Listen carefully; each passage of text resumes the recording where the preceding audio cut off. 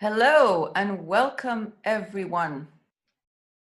It's great to see so many of you here. You're hopefully here for the How to Deal with Uncertainty Emotionally and Practically webinar with me, Dr. Amina Aitsi-Selmi. I see quite a few names. It would be great if you could just tell me that you can hear me. And that you can see me before we start. So if you can hear me and see me, just say yes. I can hear you and I can see you. Hello, Anne. Hi there. Hi. Hi, how are you? Well, thank you. How are you? I'm very well, thank you. Great to see you. You're looking good. Okay, I'm seeing yes from Clee, yes from Maya, yes from Anne. Anushka. Okay, well, I'll assume everybody's okay. If you can't hear me, then in that case, say, no, I can't hear you, and I will try and do something about it, or if you can't see me. Right, so I'm just going to start the slides. In the meantime, if you want to say where you're calling from, that would be fantastic. Well, I'm calling from Cannes, as usual, beside a calm sea. Wonderful. Is it nice and sunny there? Yes, at the moment it is. We've had rain threatened, but it's still gorgeous. It's a nice evening. Lovely. Mm-hmm. Yeah. Okay, we've got, oh, wow, we've got Anushka in Geneva, Brat in New York City, Alison in Canada, Maya in India, Amanda in New Jersey, Justina in Zurich, Bernadette in Derby, Elizabeth in the UK, someone else from Bournemouth, Jessica in Philadelphia, Clea in Newfoundland, Graham in Wimbledon. Hello, Graham.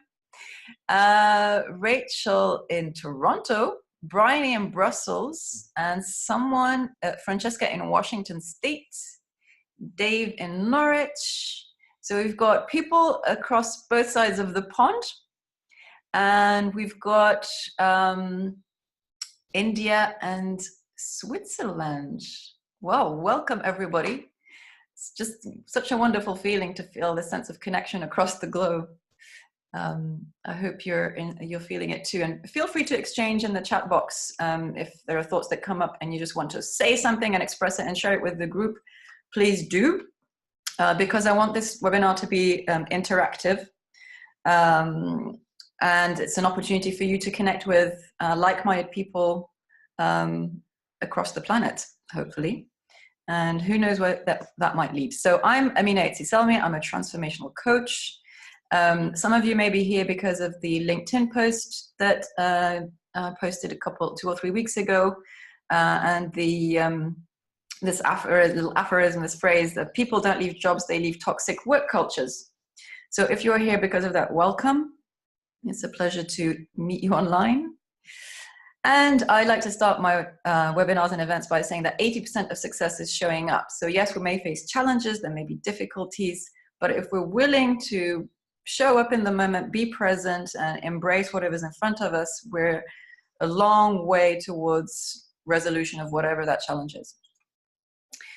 The plan tonight is to give you a little bit of background on me and my story. Some of you have heard it already, but hopefully there's enough variation to pick up new information or evoke any insights for you. Some of the content insights I want to share are around how to face the unknown in work and life, taking smart leaps in life because we have to, and having an attitude in life where we co-create the future. So we can't control everything, but we can have control over some things, and then having the right mindset to balance those two facts and make the right decisions.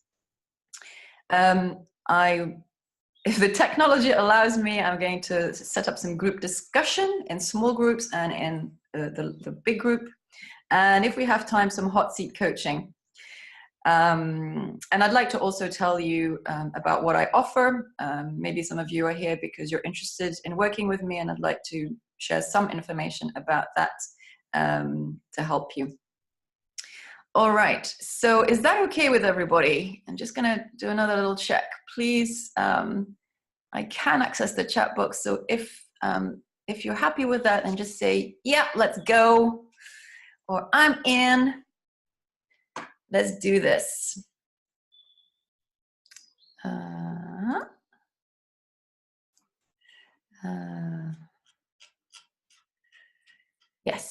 Yes, okay. Vera's in. Anushka, Maya, great. All right.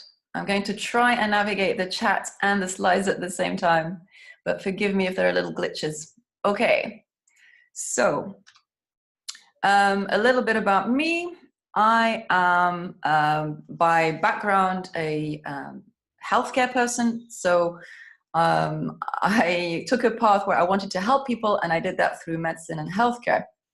And I've had quite a diverse career working in hospitals in lots of different specialties, but also in different countries. At one point, I went to South Sudan and worked as a humanitarian doctor for a few months. And my big dream was really to work on policy, so global health policy, work on international sort of development and health. So everything I did from university, from my second year, where I discovered this sort of passion for health policy, until 2006, was really geared towards that. In 2006 or 2007, sorry, I started working as a physician specializing in policy, and I did a master's in public health, and I did a PhD in epidemiology and public health. And as a result of that, I was then able to work with government, at government level, at national level, and then at international level with the World Health Organization and United Nations agencies on these really exciting, or at least they were for me exciting, areas of policy. So how to incorporate health into development, into climate change adaptation. And it was my teenage dream come true. So in 2015, 2016, I was sort of living my career dream. But then I realized there was something more, and I wasn't sure what, and it was quite scary. These sort of career junctures can really bring up a lot of fear, because we think, oh, I've come this far, I've ticked all these boxes, but there seems to be something more, and I don't know what, and I don't know which direction to go in, and what does that mean for everything I've built so far? And if you resonate with that, please put comments in as we go along, and I'll try and get to them later if you have any insights you want to share or questions you want to ask about anything I share. And eventually I figured, well, I want to, my career is going to take a different direction, and I would like to work for myself. I would like to work independently. And one step at a time, over the last 2 or 3 years, that's what I've done. I've built my own business, and I've started working as a full-time transformational coach, working with entrepreneurs, leaders, professionals who are really interested in making a difference in the world. They're value-driven. They're not necessarily interested in making big money. They want to make money, of course. We all need to make money to live and to grow, but they want to really make an impact. And that's kind of where I am now, sharing my wisdom and insights from that journey with you.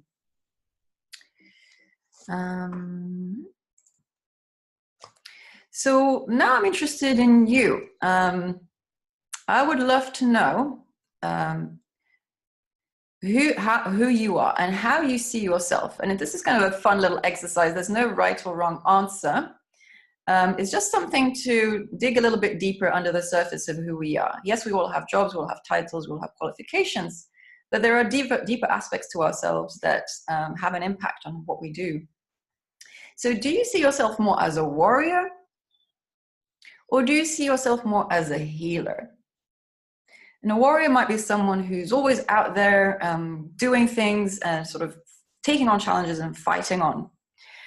And it can turn against themselves. They can also be very harsh with themselves and fight themselves. Healers tend to be more about resolving conflict and connecting people and trying to smooth things out and take away pain. And sometimes they do it well for themselves, sometimes they don't. Sometimes they're better at giving it to others than to themselves. And I see this all the time with sort of the types of clients I work with, including doctors. So I won't look at your responses now, but just take a moment to know how you see yourself in this moment. Are you more a warrior or more a healer? You might change over time, but in this moment, how do you see yourself at this point in your life, or in this moment? And we'll come back to that later. I'm just going to quickly check the chat, but we'll come back to it later. All right, healer, trailblazer, warrior, warrior, healer, healer, warrior. I think it's kind of half-half. Wow, it seems very balanced. Okay, all right, well, sit on that. We'll come back to that.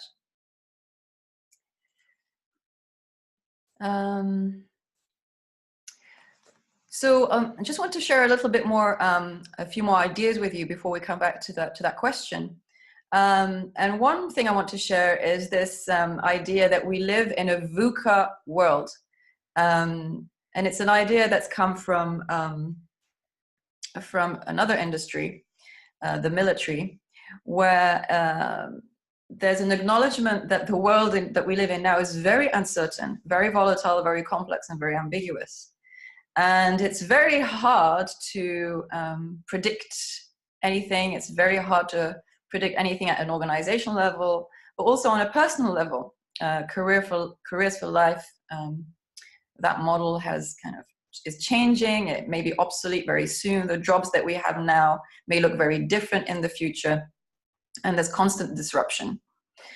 And some of the disruption factors or disruptive factors are, you can see on this slide. It can be financial, it can be political, it can be technological, it can be environmental, it can be biological, for example, disease outbreaks. And we're much more aware of all these factors because there's just more information. We're more connected, we have access to the internet, and we're just much more aware of what's possible. And that is unnerving. That is unnerving. Our brain prefers comfort and stability. We're not really designed to be facing uncertainty all the time. So that's quite stressful for our brains and our bodies. There's a part of the brain that's the reptilian and mammalian part, and it's designed for survival, and it's designed to find pleasure and avoid pain.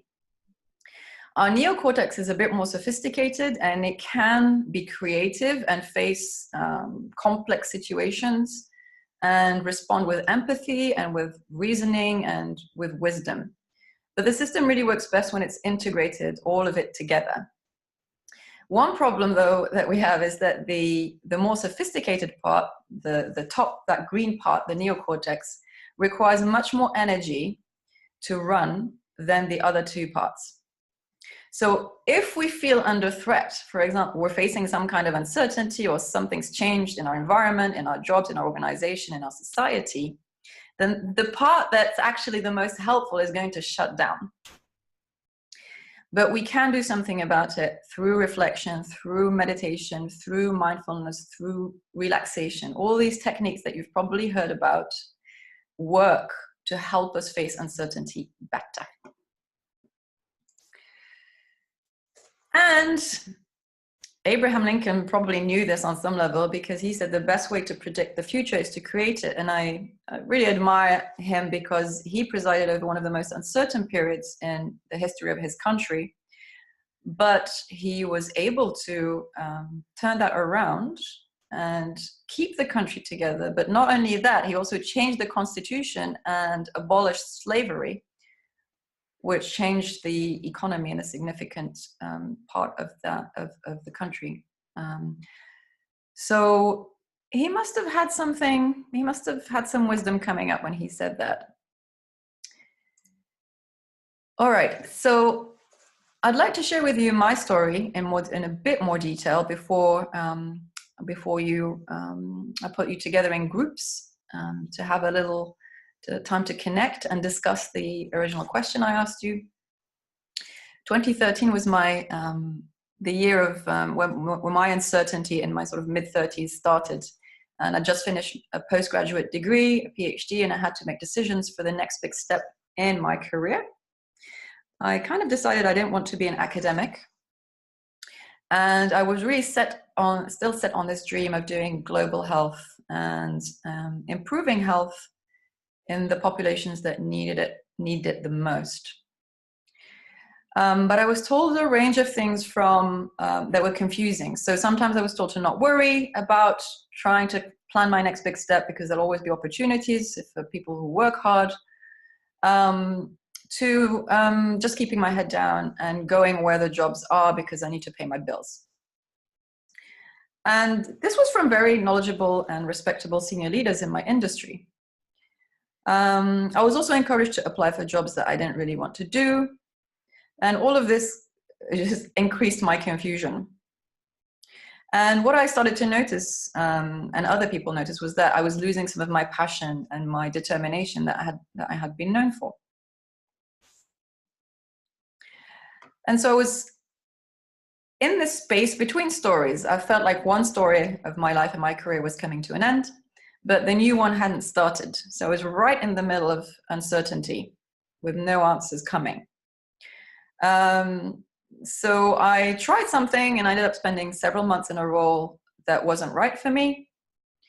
And I felt quite unappreciated and demoralized. I mean, it worked for other people, but it wasn't right for me. And I didn't feel appreciated. And I didn't feel that I was going to flourish or grow, or that I was able to really use my energy and my skills in the right way. And nobody could give me an answer. I felt very lost and isolated and frustrated. And I'd almost completely forgotten about my dream of working in global health, which I'd had since I was 19. I was in my mid-30s by that point. So I had two options, it seemed. If I had to choose, I would have to either go with the recommended route, the safe route of taking a job that will pay my bills and secure my career somehow, or to embrace the uncertainty and try something completely different without really knowing where that would lead to. So before I tell you the rest of the story, I'd like to just take a little break here, take a little pause, and come back to you and see. Maybe in relation to uncertainty, do you feel more like a warrior or do you feel more like a healer? And on top of that, what are the advantages of being a warrior or a healer? And what are the disadvantages of being a warrior or a healer that you see for yourself? Because the advantages and disadvantages will be different for different people.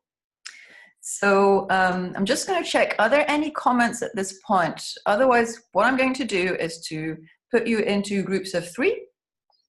And if you take a minute each to share your thoughts around this idea. Are you a warrior or are you more of a healer at this point in your life, in this moment? And what are the, just briefly, advantages and disadvantages that you see for yourself in that role? All right, so back to the story. I'm just going to finish my story and then we'll move on and tell you what happened. So option 1 was to go with my recommended safe route and take a job that I might not like, but will secure my career and pay my bills. And the other was to embrace the uncertainty and see what happens. So I decided to embrace uncertainty, like many of you here by the sound of it. It sounds like a few of you have taken a career leap and taken your career in a different direction, or maybe taking your business in a different direction. And I want to acknowledge you for that. Congratulations. That is not an easy thing to do. And I say that I reclaimed my career capital and acted like the CEO of my own company, because the idea here is that we own our skills and our capabilities and our talents. it's not the company that pays us necessarily that owns that. And we can go into into an interesting discussion around this, because there are cultural and ethical implications, but that's the attitude I chose to take. And so I quit the job I was in, and the secure path it represented, said goodbye to that. I bumped into someone in a lift during that phase who offered me a wonderful opportunity that I didn't even recognize immediately because I was so confused. But as I started to recover my senses and take responsibility for my own path, I realized this was the perfect opportunity for me to do what I wanted for so long, which was global health. And so, although this wasn't a secure long-term path, the opportunity lasted a year and a half, and it enabled me to travel, to practice speaking, to write, and to learn how to become more of a leader than just a sort of a technical employee. And so it was invaluable in the sense that it took me to another level of leadership, but it also enabled me to realize my dream, which was to work on World Health Organization programs with the United Nations and do that kind of work. And then within a year, I took another leap into what I'm doing now that I described earlier, working as a transformational coach and consultant and running my own company. So looking back and having studied this a bit more, what I was going through is the emotional cycle of change. Some of you may recognize it. It's similar to the Kubler-Ross framework for grieving, but it's not applicable just to grieving. It's applicable more widely. It's applicable to all changes we go through life, and it's applicable to learning. If you see it all as a learning process, then this is the emotional component of that learning process. It's the emotional component of going through change and of facing the uncertainty of change. So we have phase one, uninformed optimism, where it's all, yeah, great, fine, whatever, I can do this. More of a warrior attitude. Then you might go further along and face informed pessimism, where you start to realize that this isn't necessarily as simple and straightforward, especially if it's a big change and you're going for a big dream of yours.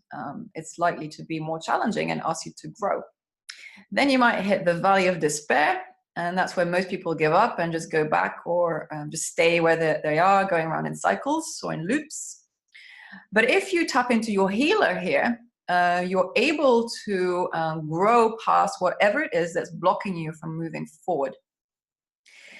And then on the other side, things should start to get a little easier, and you enter informed optimism as you start to get positive feedback and reinforcement that the direction you're going in is the right direction. And then hopefully you feel a phase of success and fulfillment and accomplishment before it starts all over again at a later stage, because this is a lifelong cycle that we just have to learn to navigate. And we'll have to learn to navigate it even more as the world becomes more uncertain. All right, so back over to you. Where are you at the moment in your process of change? If you're going through a change right now, where are you in 1, 2, 3, or 4? And if you don't feel you're going through a big change right now, although you probably are, we all are going through change all the time, even if we don't realize it. If you don't feel you're going through a big change, how do you normally respond to change and uncertainty? Do you tend to be the optimistic person who's pushing people along and taking them along with you? Do you tend to be more on the pessimistic side? Do you just hate change, don't want anything to do with it? Or are you quite a realistic person and feel that you navigate change quite well normally? So let's have a look at the chat. We've got 4 informed. So we've got informed optimism, uninformed optimism, valley of despair, Alison, informed pessimism, Rachel, a few informed pessimism, valley of despair. So it's quite even actually. Brat is drowning in the valley of despair. Oh, I'm so sorry, Brat. That is not a nice place to be. But what I would like you to take on is that this is a phase. We're always going through that cycle. So this will not last forever, and it's important to know that even in those really dark moments. If you'd like to share a bit more detail about your situation, please do, and we'll try and get to that and help you a little bit if we can on this call. Let's see this. Graham is in 4, great. Latifa 3, Jessica 4, and roller coaster approach. Yeah, rock and roll life. Someone said all of them at a different point. Yes. Bryony, usually 1, but now 3. Yes. Okay. So I know it's tough. And I want to send you a lot of encouragement that this is going to pass. Maya is trying hard to move towards 4. So one thing I'd say is when you're in the valley of despair, it's important to relax as much as you can and trust that you're going to move through this and take small steps. No big decisions when you're in the valley of despair.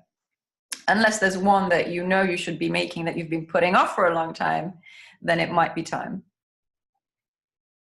You're welcome, Maya. All right. So moving on, I want to share with you some insights I've had around this navigating uncertainty, because there's an archetype, type of mindset that does quite well with uncertainty and turns it into opportunity. This type of mindset thrives on uncertainty and loves taking risks, because the truth is it's in the uncertainty that we can actually create something really new and recreate ourselves, reinvent ourselves, and step into something new for ourselves as much as it might be new for sort of our work or career path. And so that's the entrepreneur. And Elon Musk is obviously one of the, I don't know if he's a role model, but he's definitely a prominent figure in the entrepreneur community. He probably works a little bit too hard, but he has all the traits. He has this big picture thinking. He takes big risks. He doesn't let failure stop him or rejection stop him. He learns from it and uses that to move forward. He's big warrior, big bias for action, probably never stops. I don't know if he's optimistic, but it's definitely a trait that's been found in research to be a trait in entrepreneurs, because you need it to take those risks. Otherwise, if you don't believe that there is something better beyond that valley of despair, how are you going to move forward if it's just and take one step forward at a time? And entrepreneurs work with teams. They do get support. They're not sort of locked away like an inventor in a room working away on their own. They work with others to make their dreams come true or to make their vision come true. So today I just want to invite you to reflect on one of the traits, which is that kind of risk-taking willingness, that don't know if it's an appetite for risk, but a willingness to sit with the uncertain and to embrace it rather than fight it. Because that is how we're going to grow. That is how we're going to get through that valley of despair and move into something new. But we can't fight it. If we fight it too much, we'll go backwards. So we might feel safe or stable, but we'll feel stuck. So it's important not to reject that uncertainty and try to make friends with it. So you can slowly, it doesn't have to be brutal, it can just be a slow process. You just relax and take one step at a time.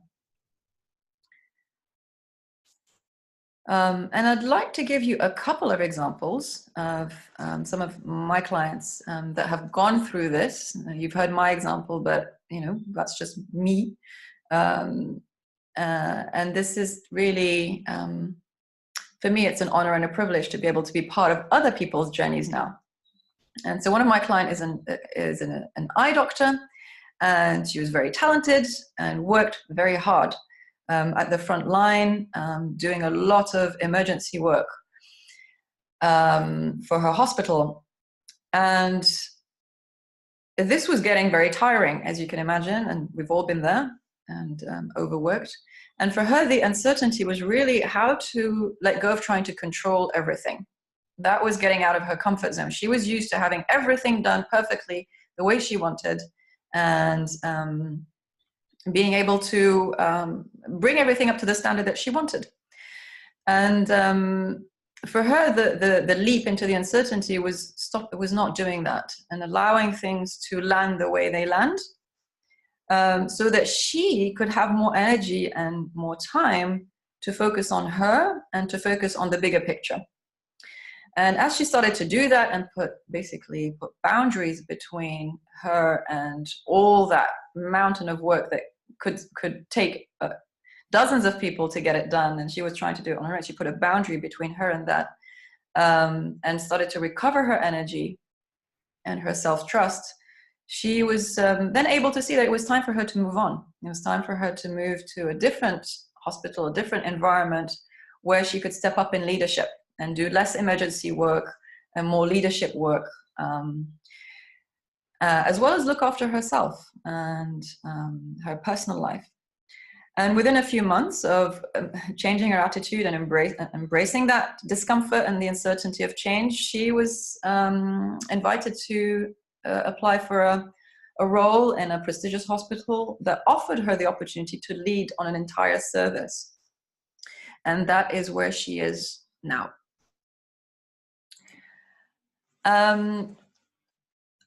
I also work with leaders who are much more advanced in their careers. So they might be around retirement and taking on sort of leadership positions and working with boards in an advisory capacity. And this gentleman was a highly experienced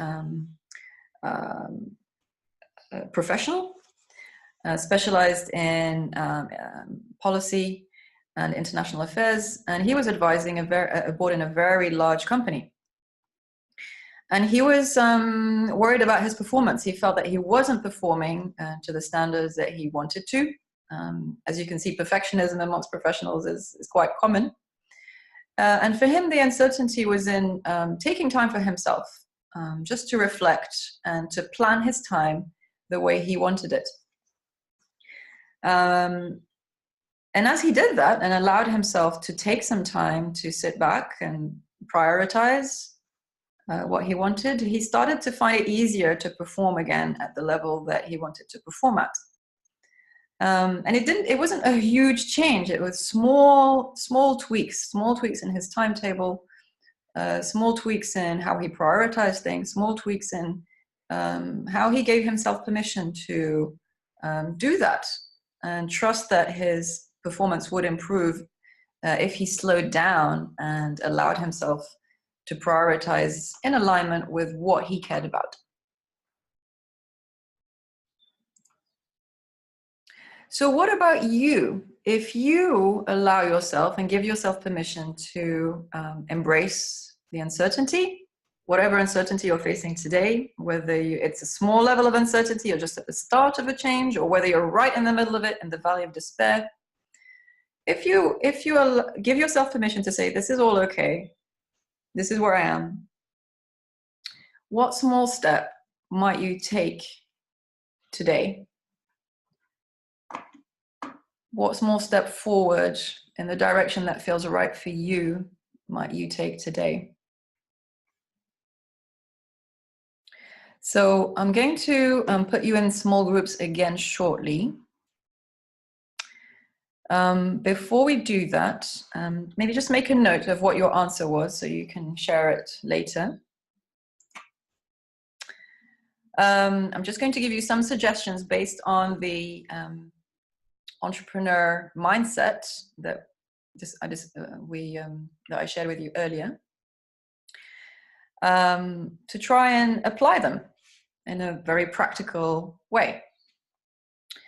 So often self-care is really the go-to. It's really the starting point, because when we face uncertainty, that mammalian reptilian brain kicks in and we start to push rather than slow down. So one thing that's practical but maybe not necessarily intuitive, or it's counterintuitive, is to slow down and tune in to yourself every day and take some time to connect with you and where you are in this moment, without judgment, without pushing. Another is to challenge yourself in a small way. So it doesn't have to be a big leap, just a smart leap. Just one small step forward every day counts as a leap if it's in the direction of what you want and you're facing a little bit of uncertainty. Turning difficult experiences into insights. It's easy for the inner critic to kick in and to blame ourselves, or blame the environment, or blame the organization. But what's more useful is to turn that difficult experience into an insight. And it takes some time to slow down and reflect. Another thing you can do is to remember what you really care about. Remember the values that drive you and that inspire you. Because that can help you motivate yourself and give yourself energy, and activate that neocortex, that's those higher functions, and find solutions. And one of my favorites is the optimism in the sense of telling the better story. So we create narratives about our lives and where we are and why we're here. And because we have a bias towards negativity, that's just how the brain is, we're always scanning for loss and for danger, we tend to tell a more negative story than what really is happening. So it's good to practice telling the better story about you and your life and where you're going, the journey that you're on. And one little insight that I'd like to share, and I've shared before, is that I believe that when you're in doubt, even in the darkest moments of doubt, all you need to do is really commit to where you are. It's just to commit fully and wholeheartedly and embrace that moment. Whatever is going on, embrace it and say, this is where I am. And that's okay. Where I am right now is okay. And then see what emerges. So that's the end of the slide presentation. I just want to share with you quickly next steps before we move into the discussion again, which is hopefully this time I am going to be able to get the replay going because there weren't as many technical glitches, so I'll be able to send you that tomorrow. If I can't send you that, I'll send you a copy of the slides so you can refer back if you'd like. If you signed up to Wise Wednesdays and you tick the box when you signed up for the webinar, then you'll be receiving Wise Wednesdays, so you'll be hearing from me once a week, or sometimes more often if there's an announcement, but you're guaranteed to hear from me once a week with some thoughts and some reflections and an article around the themes that we've discussed today to help you on your journey in your career and your life. And then if you're interested in working with me, then I very much welcome you to contact me by email or through the website. You can have a look at what I do on the website and what other people have said who've worked with me. And if this resonates, then to contact me if you'd like to talk about one-to-one coaching or group coaching if you're working in an organization. And what we'll do when we speak is essentially to take some time for you to reflect on where you are, see if we can identify where you want to go and what's holding you back. What's holding you back? There's probably something there that needs to be brought into your awareness and released so you can move forward and find your path again. Okay, so question. Having heard everything you've heard and reflecting on yourself through the questions that I've asked you, hopefully that's kind of brought in a few insights and maybe deeper questions for you. If you knew you couldn't fail, what would you do? If you knew you couldn't fail, what would you do in this moment? And I'm going to put you again in small groups. So if you take a minute each to answer this question, if you knew you couldn't fail, what would you do? And don't worry about introductions and names and things. Just say quickly your name and say, if I knew I couldn't fail, I would, and then fill in the blank. And if you need to leave, feel free to send me your own answer to this question by email. I'd be very interested to hear. So I'm just going to check the chat box and then we will go into small groups again. Yes, please, self-care is a must. Anushka you advise strongly not to have to do this on your own. Get a coach. Yes, if you want to work with a coach, please explore coaches. Please feel free to contact me. I'd be delighted to hear from you. I love this job and I love helping others to thrive. Yeah, Anushka, so you hired a coach and it changed your life. And yeah, and now you're one yourself. Fantastic. Brat, you don't have a head for business and someone is forcing me to study PMP exams. I'm not sure what that is. Yeah, it sounds like there's some material there to look into, Brat, because you don't have to do anything you don't want to do. You get to choose. Cleve, following up on emails I need to respond to, continue my investigation, information gathering of bias from public servants towards you and your business. And you'd like to do something that would have more immediate positive impact on your situation. Yes, sometimes you have to let go, Clee. Sometimes it's time to let go. I had a client who'd been embroiled in a conflict with a previous organization she'd worked for. And there was a lot at stake, but she let it go and she was able to move on.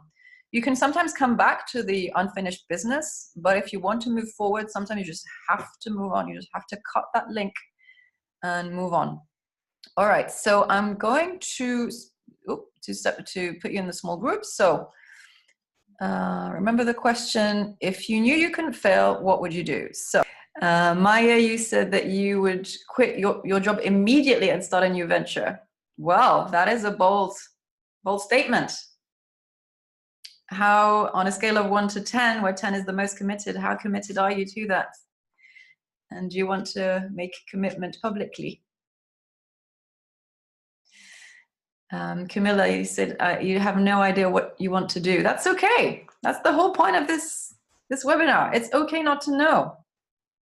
The culture kind of forces us to have answers immediately, but it's okay not to know. In fact, you have to not know before you can know the right answer. So really relax and breathe into that not knowing. It's totally okay, and it's actually very healthy. Okay, so I think Clee and Graham, you both said something about creating a team. Yeah. Oh, yeah, Clee's agreeing with Graham. Great. Maybe there's a partnership in there. I don't know. Teams. Teams are great. Entrepreneurial spirit. Fantastic. Maybe you can connect somehow. Feel free to connect in the chat box if you'd like. Yeah, Clee, your biggest challenge is trust and integrity. Well, you're probably in integrity because you're here, so you're trying to do the right thing. And maybe trust is your biggest challenge, and it is a big challenge. When we're facing uncertainty, we don't want to trust, we want to fight. That warrior wants to kick in. Or we might go completely the other direction. It's like a dead warrior who's a victim. Can't use my fighting skills, so I'm useless. But no, you're not useless because you're not fighting. You can be creative. You can be healing towards yourself or others. So live to enjoy another day, Clee. And don't worry about not knowing immediately. And trust that it's all okay. It's all okay.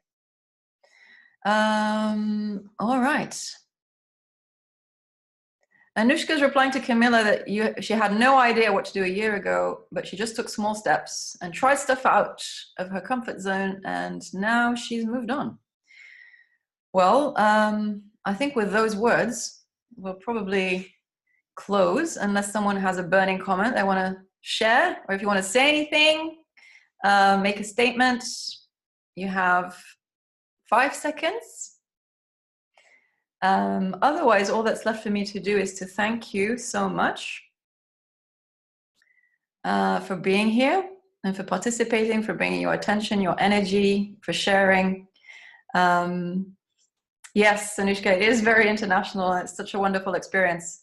And remember that what you've experienced today will continue to trickle through after the webinar. So take time to let it sink in, maybe write a few reflections, go for a walk, and